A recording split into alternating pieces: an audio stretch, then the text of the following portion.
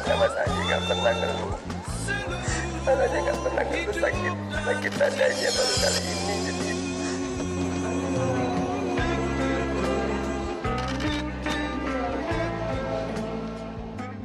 serangan jantung tak pernah pandang bulu.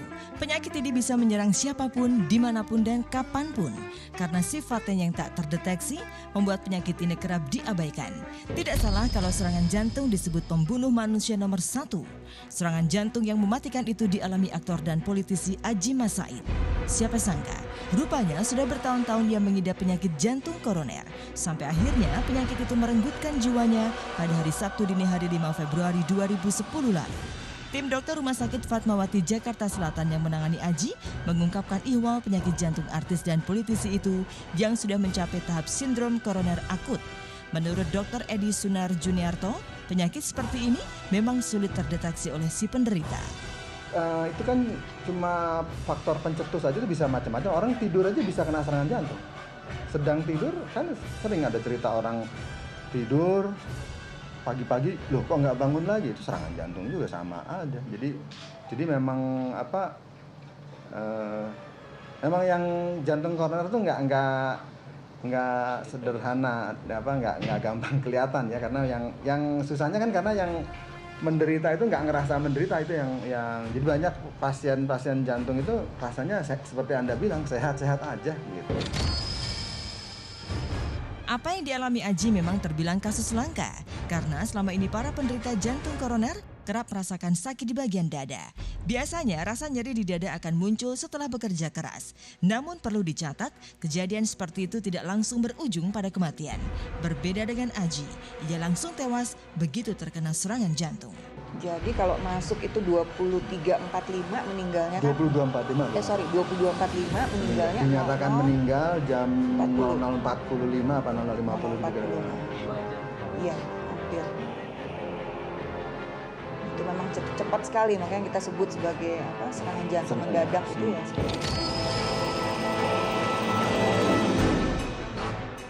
Sulit membayangkan jika Adji memiliki gangguan jantung, karena selama hidupnya, pria berhidung mancung ini gemar berolahraga. Selain sepak bola yang rutin ia lakukan, ia juga penggemar olahraga arum jeram.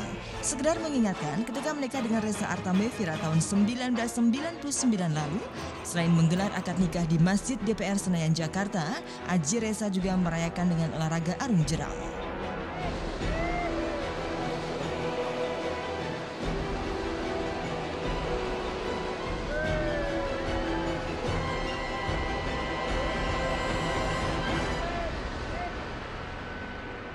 Olahraga tampaknya memang menjadi tuntutan utama bagi Adji yang sehari-hari hidupnya penuh dengan kesibukan.